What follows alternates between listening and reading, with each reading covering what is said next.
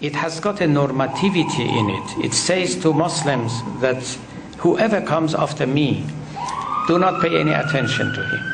If he claims that he is a prophet, do not pay any attention to him. Do not follow him. Do not listen to him. He must be a false prophet anyway. So this is a normative content of the Khatamiyya, the prophet being the seal of all prophets. Now, what is prophethood? Now, let us go, into the, make a careful analysis of the of prophethood. Prophethood at least has got two major pillars. The first pillar is revelation, receiving the revelation. So this is the first pillar. The second is infallibility.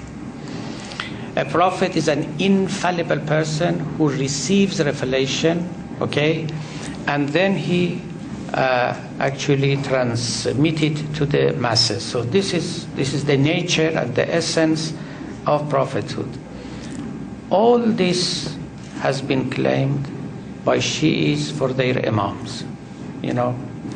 They pay a lip service to Khatamiyya, but deep in heart, what they say about their Imams means that they actually ignore Khatamiyya, if not disproving it. It is just overlooking, just ignoring the Khatamiyya, because all Imams receive revelations, and all of them, according to Shi'is, are infallible. Therefore, infallibility and revelation are all there.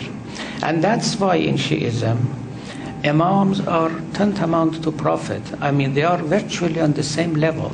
What they say, what they do are considered and are taken by Shi'is like what the Prophet did or like what the Prophet said. Absolutely on the same level. There are so many, pieces of law and legislation in Shi'ism that is neither in the Quran nor in sayings of the prophets. All come down to us from Imams.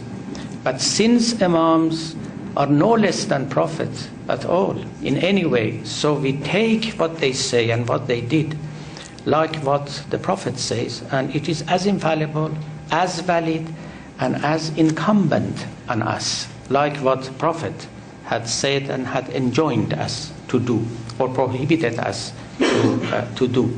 So I think this is Khatamiyya is the main point of divide. Theologically speaking, if you go to history, the two histories are different. If you go to, the organizations of the cleric and so on, there also you will find some other things.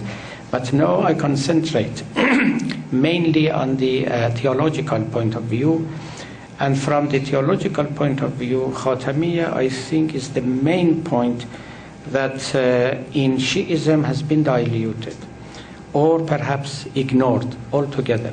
Let me even quote a sentence from Shaykh al Mufid, who is perhaps the most important theologian of Shi'ism. He says, all Imams are prophets, but since we have been prohibited to call them prophets, we do not call them prophets. Otherwise, deep down and in heart, we consider them like prophets, any prophet, because they received revelation and they were infallible. Now, this is a major issue. I have written a number of articles about this, and of course the articles were very controversial. I received some very harsh answers and rejoinders on the part of my adversaries. But I truly tell you, honestly, I didn't find any grain of truth of what they say. This is a very well entrenched, a very well established idea in the Shi'i circles. And if you talk about it, people, of course, will not come to agree with it, soon. But I think going deep into the heart of Shi'ism, you will find that the theory of Imamah is a theory which flies in the face of prophethood, of the Khatamiyya of prophethood, of prophet being actually 12 Imams or 12 prophets who were no less than the Prophet himself at all. And all what we say, Shi'is say about them is like talking about a prophet.